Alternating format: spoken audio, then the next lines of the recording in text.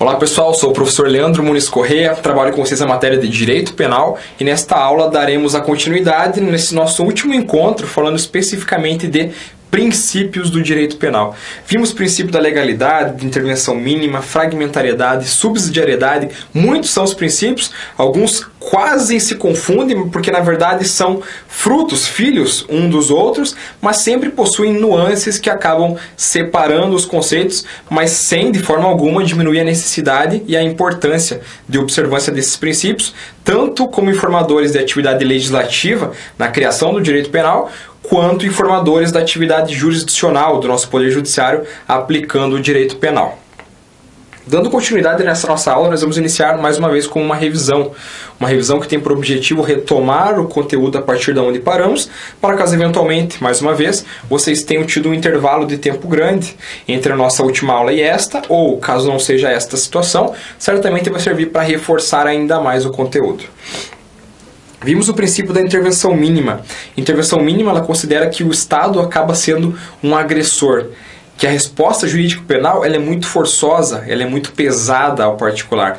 Então, por este motivo, não deve o Estado agir através do direito penal, senão nas situações extremamente necessárias. Intervenção mínima por quê? Porque a liberdade é preceituada na Constituição, no nosso artigo 5º, como ser um direito fundamental. Se o direito penal ataca esta liberdade, mais uma vez, ele deve ser utilizado com muita parcimônia, de uma forma muito bem pensada e não como remédio para todos os males do eu é direito penal. Nunca, jamais.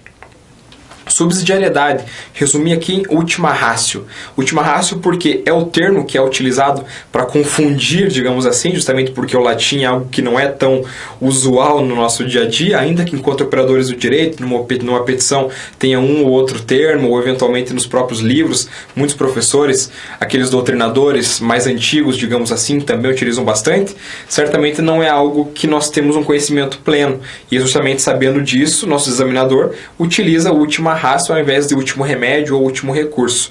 Então, mais uma vez, subsidiariedade é aquela característica que tem o direito penal de não atuar antes de os demais ramos do direito penal, civil, trabalhista, ambiental, sejam verificados como possíveis ferramentas àquela situação, como resposta àquela situação. Diante da eventual não eficácia desses demais ramos, o direito penal vem e tutela, protege, é aplicado então. Vimos o princípio da fragmentariedade. O direito penal não se ocupa de todo e qualquer bem jurídico. O direito penal isso é utilizado para tutelar, para abraçar aqueles bens jurídicos tidos como essenciais. Então, utilizando o exemplo que eu dei na última aula, imagine um chão forrado de bens jurídicos. O direito penal pega algumas destas caixas. Dentro de uma caixa tem o teu patrimônio, tem a tua liberdade, tem a tua vida. Estes são os bens jurídicos, os mais caros à sociedade, que o direito penal se propõe então a tutelar. Ele, justamente pela característica de intervenção mínima, de ser a resposta mais grave do Estado, se atém somente a estes e os demais, não por ser menos importantes, mas por não exigir uma resposta tão agressiva, ficam a cargo das demais áreas do direito, nunca jamais do direito penal, se não for os bens jurídicos essenciais e tão somente estes. Vimos o princípio da lesividade. Só é passível de uma tutela penal as condutas que lesionem efetivamente ou que ameacem de forma grave um bem jurídico tido como essencial. Os demais bens jurídicos sequer, porque não são passíveis de tutela penal. Os bens jurídicos essenciais, basta ameaçar? Não, essa ameaça tem que ser grave, tem que ter um perigo inerente. Ou lesionar efetivamente, que seria uma continuidade, uma progressão da ameaça. Se a ameaça grave é a lesividade, com certeza.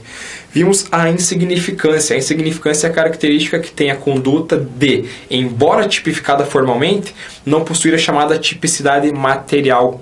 Então, o princípio da insignificância, ou o princípio da bagatela, deve ser aplicado, de modo que o direito penal se ocupa sim de proteger, mas se é insignificante, se é ínfima a lesão, não há de se falar em sanção penal. O direito penal vira as costas. Por quê? Porque, mais uma vez, não é necessário essa reprimenda tão gravosa que se origina da aplicação do direito penal. Vimos o princípio do não bis in idem, levando em consideração mais uma vez que o bis in idem seria uma dupla punição, uma punição e mais uma punição no momento posterior sobre o mesmo fato. Como nós abandonamos o direito penal do autor, como ninguém é punido pelo que é, mas sim punido pelo que fez, Não há que se falar em bis in idem, não há que se falar em o direito penal ser utilizado duas vezes para punir o mesmo fato. É justamente isso que se extrai desse nosso princípio do não bis in idem. Vimos a secularização, e aí eu expliquei de forma bem sucinta dessa nossa revisão como sendo moral é diferente de direito. O direito penal deve se ocupar, deve ser utilizado? Sim, é necessário, repito isso, mas somente em observância aos demais princípios. E a moralidade, haja vista essa natureza subjetiva, essa natureza particular, jamais deve ser utilizado para repercutir, para influenciar de alguma forma o direito penal. Por fim, vimos a utilidade, e esse princípio da utilidade nos propõe a perguntar antes de aplicar e elaborar o direito penal. Existe utilidade no direito penal sendo aplicado neste caso?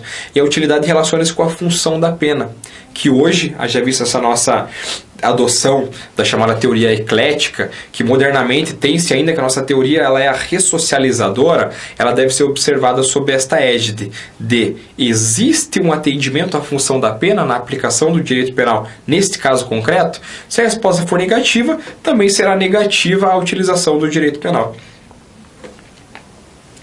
Dando sequência na nossa análise dos princípios em espécie, falaremos agora do princípio da aplicação da lei mais favorável.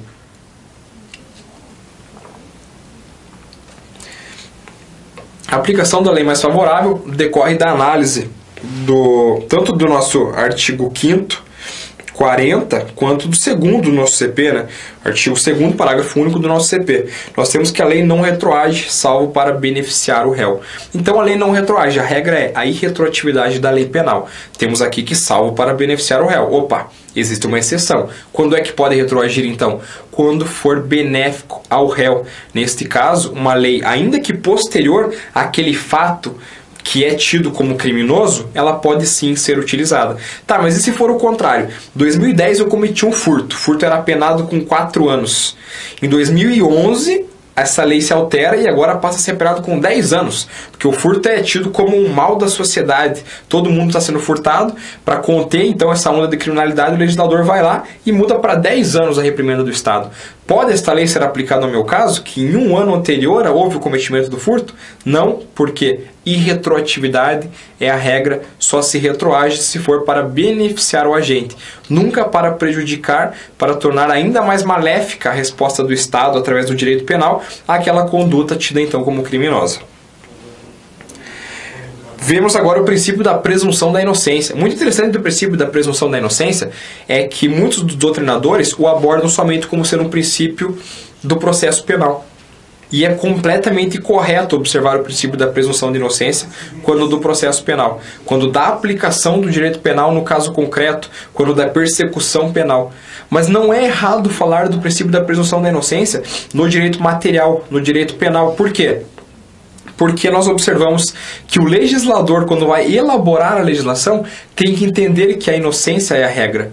Então, não obstante, como enquanto informador da atividade jurisdicional, quer dizer, pro juiz, este princípio serve muito mais no processo penal do que no direito penal material, para o legislador, antes mesmo da aplicação, ainda numa fase de cogitação do direito penal, deve ser observado que ser inocente é a regra. Então, legislações que eventualmente considerem um sujeito culpado, primordialmente culpado, numa primeira análise, já está errada. Por quê? Porque enquanto legislador, atuando no exercício da sua função, criando novas normas de cunho jurídico penal, ele inobservou esta regra de presunção de inocência. E neste caso, estamos falando então da presunção de inocência no direito penal e não no processual penal, mas no processual penal possui sua relevância extremada e certamente casa-se com esta relevância do direito material. As duas são extremamente necessárias e importantes para que o direito penal seja criado / aplicado sob uma perspectiva legítima, correta, idônea, sob esta lupa, sob este manto dos princípios jurídicos penais. Princípio da culpabilidade. Esse princípio ele encontra guarida em 2 artigos, tanto no 18, que é o nosso Código Penal tratando do dolo e da culpa, quanto do 59, que faz menção ao momento em que o juiz realiza, né, a dosimetria da pena, o cômputo, o cálculo da aplicação da pena. Então ele é uma derivação também do princípio da dignidade da pessoa humana e no nosso Código Penal ele apresenta três vertentes, são três as facetas dele. No primeiro momento, ele é limitador da pena, porquanto o juiz deve observar a culpabilidade do agente, antecedentes e tudo mais, para fazer esta análise e trazer em números a pena que deve ser aplicada nesse primeiro momento, na dosimetria. Ele apresenta-se ainda como um elemento constitutivo do crime. Nós não vemos isso nessa aula, veremos uma aula especificamente, mas se fala em crime sob a perspectiva da teoria analítica, como uma conduta típica antijurídica e culpável, ou fato típico antijurídico e culpável. E existe a escola, sobretudo na escola paulista de direito aqui do país, o entendimento de que a culpabilidade não seria um elemento constitutivo do crime, mas um mero pressuposto da aplicação da pena. A fundamentação é bem interessante, mas esta escola é tida como minoritária. Então, para todos os fins, a culpabilidade é também uma das elementares, um dos elementos constitutivos desta teoria analítica do crime, pela qual nós extraímos, compreendemos o crime ser uma conduta ou fato típico, antijurídico e culpável. E aí nós temos ainda como uma terceira faceta a limitação ao poder de punir, uma limitação à responsabilidade objetiva. O que é objetivo? É aquilo descrito, aquilo que independe da análise do consciente, da psique, do elemento subjetivo, que é justamente o antônimo, né, desta análise, deste elemento objetivo aqui, que é vedado através do princípio da culpabilidade, como sendo o único a ser observado a aplicação de eventual pena. Então, para todos os fins, não existe pena, não existe crime, não existe responsabilização sem culpa. Ninguém pode responder por um fato que não tenha cometido, ao menos culposamente. E esse nosso princípio da culpabilidade é que nos orienta neste sentido. Você tem que avaliar o dolo, você tem que avaliar se houve uma responsabilidade, tem que avaliar esta capacidade interna do agente, tanto de entender o que está fazendo, quanto da intenção do que realmente foi feito.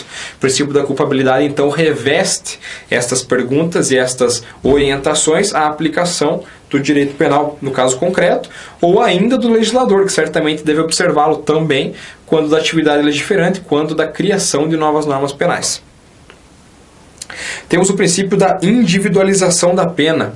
O que é o princípio da individualização da pena? É que cada um vai responder de acordo com suas peculiaridades, de acordo com suas características pessoais. Então, eventualmente, se você comete um crime em concurso com outra pessoa, e esta outra pessoa é reincidente, cometeu um crime contra um ascendente, cometeu um crime abusando de confiança, coisas que você não sabia que são características e nuances pessoais dessa pessoa, você não pode responder por isso. Por quê? Porque a tua pena tem que ser avaliada sob uma perspectiva individualista. Primeiro a gente bate em Pedro, para depois bater em João. É basicamente isso. Princípio da proporcionalidade. O princípio da proporcionalidade é o princípio que busca vedar, coibir, evitar excessos. Diz-se proporcional aquilo que é feito numa razoabilidade de quantidade, numa certa isonomia de proporções. Então, para todos os fins, uma pena ela tem que ser proporcional ao mal causado. A resposta do Estado tem que ser proporcional àquilo que fora constatado como uma conduta delituosa. Não há que se falar numa pena perpétua para uma pessoa que furtou por uma primeira vez. Não há que se falar numa pena de 2 anos para uma pessoa que já cometeu um quarto homicídio, por exemplo. Então, para todos os fins, essa proporcionalidade deve ser atendida, tanto para beneficiar em um momento, em uma situação, como por exemplo essa de um furto simples que foi apenado com uma pena máxima, e também, infelizmente, para prejudicar o réu, deve ser observado, porque para todos os fins não é proporcional dar uma pena ínfima a alguém que comete um crime que atinge um bem jurídico essencial, passível de tutela penal, e que faz isso reiteradas vezes. A pessoa reincidente vive do crime e as penas ínfimas certamente não chegarão àquela função desejada de ressocialização, justamente por não entender e não ser aplicada esta proporcionalidade que é principiada no direito penal. Vemos ainda que existem 3 perspectivas a este princípio: adequação, necessidade e proporcionalidade estrita. A proporcionalidade estrita é esta que eu expliquei, de equidade de sanção e fato. A adequação e a necessidade, elas se prestam a serem questionadas, assim como no princípio da utilidade. É adequada a pena a este caso ou nem deveria existir pena? é necessária uma pena ou poderia, de alguma outra forma, que não necessariamente através desta sanção, ser resolvida a situação de uma forma satisfatória à coletividade, a tutelar este bem jurídico que eventualmente tenha sido atingido? Então estas três perspectivas aqui devem ser observadas, são via de regra questões que devem ser realizadas, feitas para a aplicação, mais uma vez, sob a égide desses princípios jurídico-penais. Princípio da adequação social. Esse princípio ele possui uma ínfima relação do direito com a evolução da sociedade, com a eterna mutação que a sociedade sofre. Por muito tempo, entendeu-se que uma pessoa possuir um relacionamento extraconjugal era crime. Hoje não mais, a sociedade evoluiu. Não sei se para bem ou se para mal, não vou entrar nesse mérito. Mas para todos os fins, hoje a sociedade entende como não mais sendo passível de uma punição penal, jurídico-penal, de uma sanção oriunda do direito penal, aquela pessoa que tem um caso extraconjugal. Patrimonialmente existe, sim, o direito civil tutela isso. O direito civil torna passível de ser indenizada a mulher que seu marido trai, ou o contrário também, por que não? O objetivo, então, é entender que o direito deve acompanhar a sociedade, observar o avanço da sociedade, para que ele tutele os bens jurídicos que sempre estarão sendo vistos pela sociedade, tidos pela sociedade como essenciais. Alguns dos bens jurídicos que não mais passam a ser vistos com esta natureza de essencialidade, de importância, de relevância extremada, retiram-se então do rol de bens jurídicos a serem tutelados do direito penal. E é justamente isso que o nosso princípio da adequação social nos traz. Um exemplo aqui, por exemplo, ótimo, né? A tatuagem, conduta que, embora formalmente típica, é socialmente aceita. Tatuagem é uma lesão corporal para todos os fins. Alguém colocar uma agulha em você e lhe perfurar por milhares de vezes, a depender do tamanho do desenho, é tipificado, mas a sociedade aceita. Então, tem como criminalizar um tatuador? Jamais, nunca. E mais uma vez, existem pessoas que acreditam que deveriam? Sim, só que isso é uma intenção mais moral do que jurídica. E o direito e a moral, já visto o princípio da secularização, são coisas que devem ser divorciadas uma da outra. Vamos agora para o princípio da alteridade penal. Esse princípio é muito interessante também, que é o princípio do qual depreendemos que inexiste lesão, crime a bem jurídico próprio. Então, para todos os fins, o suicídio não pode ser criminalizado. Por quê? Se eu eventualmente cometer um suicídio, qual é o bem jurídico atingido? Vida, mas qual? A minha. Então você vai fazer o quê? Vão me prender por cometer um suicídio se o bem jurídico é meu? Ah, mas a vida é um bem jurídico indisponível. Ok, dispus de um bem indisponível. Qual que vai ser a consequência? Tem como eu furtar uma coisa que já é minha? Pego a carteira, saio correndo, olho, tem meu RG dentro da carteira. Vou ser preso por isso? Eu seria um pouco bobo se fizesse isso, mas punido penalmente? Jamais, não poderia ser. Então é justamente essa questão do suicídio, da autolesão, e aqui eu trago uma polêmica, mais uma. Se eu digo para vocês que esse princípio da alteridade penal não considera crime você atingir um bem jurídico que seja pessoal, um bem jurídico seu, por que existe uma conduta tipificada da utilização de drogas? Qual é o bem jurídico atingido quando se utiliza drogas? Sento numa praça, sendo um cachimbo com a pedra, não preciso nem falar o nome, todo mundo sabe qual é, e sou preso por isso. Por quê? Porque o bem jurídico atingido é o bem jurídico saúde pública. Assim entende a nossa doutrina e nossa jurisprudência. Para todos os fins, quando você utiliza de drogas, você não está somente se autolesionando. Você está também atingindo a incolumidade da saúde pública, da coletividade de modo geral. Então a discussão fica justamente nisso. Tá, mas realmente atinge a coletividade ou atinge somente a minha saúde pessoal, individual? E nesse caso, respaldado no entendimento da alteridade penal, não haveria de se falar em crime. A discussão se estende, mas o entendimento, já vista ainda existir este tipo penal, é de que a saúde pública é sim atingida, a coletividade de pessoas, e a consequência não poderia ser outra que não a de existência desta previsão legal. Pode ser alterado? Sim, mas neste momento é o que temos. Vamos fazer mais uma vez aquela análise de questão de provas, para demonstrar que este conteúdo realmente e efetivamente é cobrado pelo teu examinador, pelo teu professor na tua graduação, eventualmente, e detendo então este conhecimento, certamente aquele ponto que é muito bem quisto no concurso público e muito bem quisto na graduação para evitar uma prova final, vai chegar até vocês com certeza. Vamos à questão número 1. Trata-se do princípio de não bis in idem. 2 pontos. Então a questão quer que nós saibamos e mostremos para o examinador o que é o princípio de não bis in idem. Nossas alternativas são: a criminalização só será legítima se necessária para a proteção do bem jurídico. Nossa outra alternativa: a pena não passará da pessoa do condenado. C, todos são iguais perante a lei. D, ninguém pode ser punido 2 vezes pelo mesmo fato. Temos ainda a E, considera-se culpado apenas após o trânsito em julgado de sentença penal condenatória. Vamos à alternativa A, me acompanhe no slide. A criminalização só será legítima se necessária para a proteção do bem jurídico. Aqui nós poderíamos falar do princípio da necessidade penal, do princípio da intervenção mínima. Como ele fala da proteção do bem jurídico, poderia até se falar do princípio da lesividade, porque não há que se falar em necessidade de proteção se realmente o bem jurídico não tivesse sido afetado, mas não bis in idem jamais. Nunca. B, a pena não passará da pessoa do condenado. Da pessoa do condenado. Passar, transcender, ir além, isso aqui é princípio do que? Da pessoalidade da pena, princípio da intranscendência penal. Quer dizer que não pode um filho responder por aquilo que seu pai fez. Quer dizer que não pode um cônjuge responder por aquilo que seu parceiro ou parceira fez. C diz que todos são iguais perante a lei penal.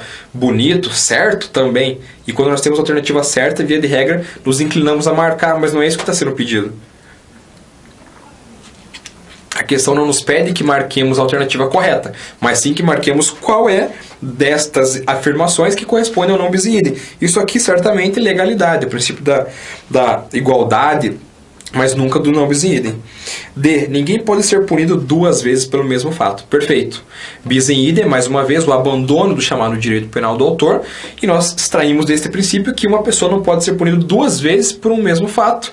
Ipsis literis, o que está aqui na nossa letra D, de dado, e ninguém pode ser punido 2 vezes. Resposta correta, 1 ponto, tanto para evitar a prova final, quanto para chegar mais perto da toga, do distintivo, das sustentações orais do Ministério Público, qualquer que seja o objetivo. Por fim, considera-se culpado apenas o trânsito em julgado de sentença penal condenatória. Considera-se culpado só depois do trânsito. Quem não é culpado é o quê? Inocente. Se é inocente, esse é o princípio da presunção de inocência, não do não bis in idem. Mais uma vez, algo que não deveria ser marcado. 2. Qual dos seguintes princípios exprime a máxima de que ninguém será considerado culpado até a sentença transitada em julgado? Acabamos de analisar na alternativa anterior, certo? Vamos às questões. Princípio da lesividade, nada a ver, nada a ver. O princípio da lesividade relaciona-se com a lesão ou ameaça grave a um bem jurídico, e somente nesse caso haveria então a tutela penal como uma resposta. O princípio da proporcionalidade, também não. O princípio da proporcionalidade se relaciona com a ideia da intensidade da pena, da resposta, da aplicação do direito penal. O princípio da alteridade penal, o que tem a ver você atingir um bem jurídico seu, ou melhor, somente ser crime atingir o bem jurídico de terceiro, com o enunciado da questão? Nenhum. Mas entendo que é necessário saber quais são cada um dos princípios, porque eventualmente eles poderiam alterar o enunciado. As mesmas respostas, mas a pergunta ser: qual dos princípios, de qual dos seguintes princípios se extrai a máxima de que não se considera crime atingir bem jurídico próprio? Esta seria uma pergunta que a autoridade penal seria responsável. De qual dos seguintes princípios se extrai a máxima de que deve haver uma relação de equidade entre a pena e o fato praticado? Uma questão que a resposta à proporcionalidade seria bem adequada. Ou melhor, de qual dos princípios abaixo podemos concluir que não deve haver crime em caso de inexistência de lesão ou ameaça grave a bens jurídicos tidos como essenciais? Quando fala bens jurídicos tidos como essenciais, a gente fala, opa, fragmentariedade. Mas a pergunta não era esta. A pergunta era: qual dos princípios nós devemos entender que nos expressa essa máxima de que somente deve ser considerado crime quando há uma lesão ou uma ameaça grave? Aqui nós estamos falando de lesividade. No segundo momento, faça uma menção, então, ao nosso princípio da proporcionalidade, mais fragmentariedade, mais legalidade, diversos outros princípios, mas não era esta a questão. A questão aqui seria respondida, de óbvio, pela lesividade.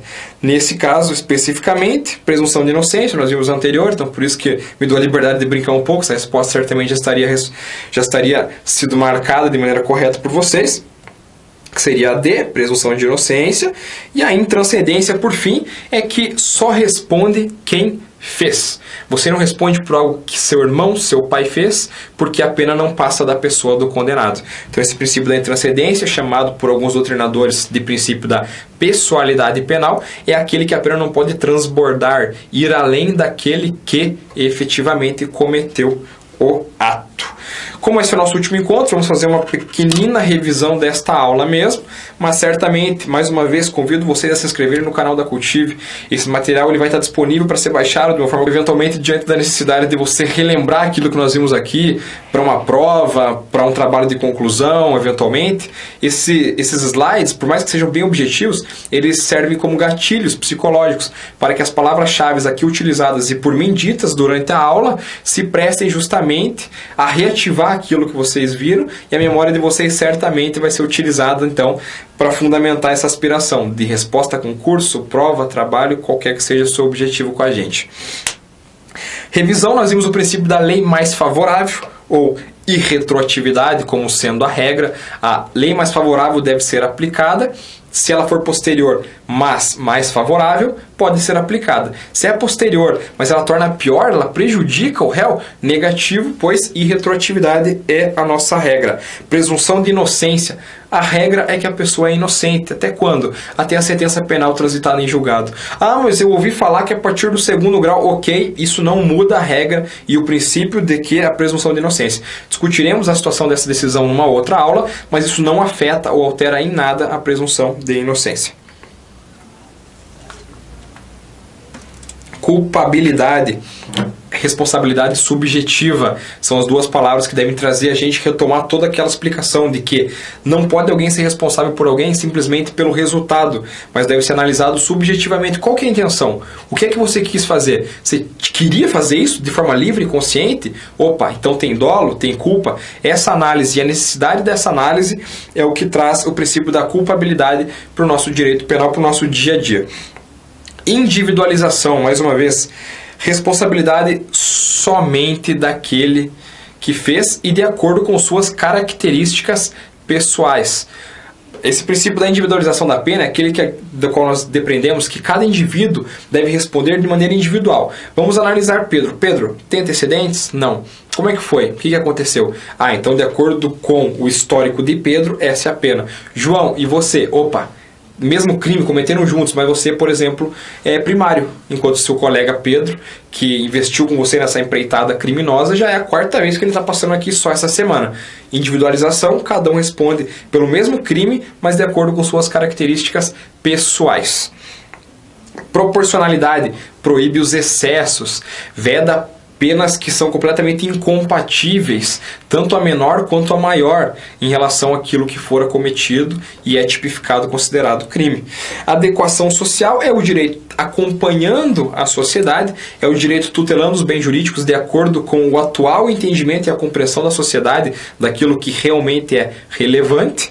E por fim, a alteridade, pune-se quem atinge outrem. Resumindo essa frase, vocês vão lembrar da situação do suicídio, eventualmente do roubo da carteira, do professor bobo que pegou a carteira e viu que a habilitação dele estava dentro. Então, para todos os fins, só pode ser punido se tiver atingido um bem jurídico de terceiros, não o teu, jamais o teu. Então, mais uma vez, pessoal, estamos encerrando aqui essas aulas de princípios do direito penal. Reforço a ideia de que é de extremada relevância que devemos analisar o direito penal sob a perspectiva de todos estes princípios, não somente os legisladores, o poder judiciário, mas os operadores, os estudantes de direito penal têm que partir dessas premissas, porque são as ideias fundantes, as proposições básicas que alicerçam o nosso direito penal. Qualquer observação crítica do direito penal que esteja não somente à margem, mas afrontando isto, certamente vai incidir em algumas daquelas situações de direito penal que são completamente reprimíveis, que são completamente criticadas pela nossa melhor doutrina, quer seja através de um direito penal simbólico, de um direito penal de emergência, de um direito penal midiático, mas nunca do real direito penal, que é o direito penal da intervenção mínima, da subsidiariedade, da fragmentariedade e de tudo mais que nós vimos aqui. Boas aulas, bons estudos, boa sorte eventualmente diante de uma prova e nos vemos no nosso próximo encontro.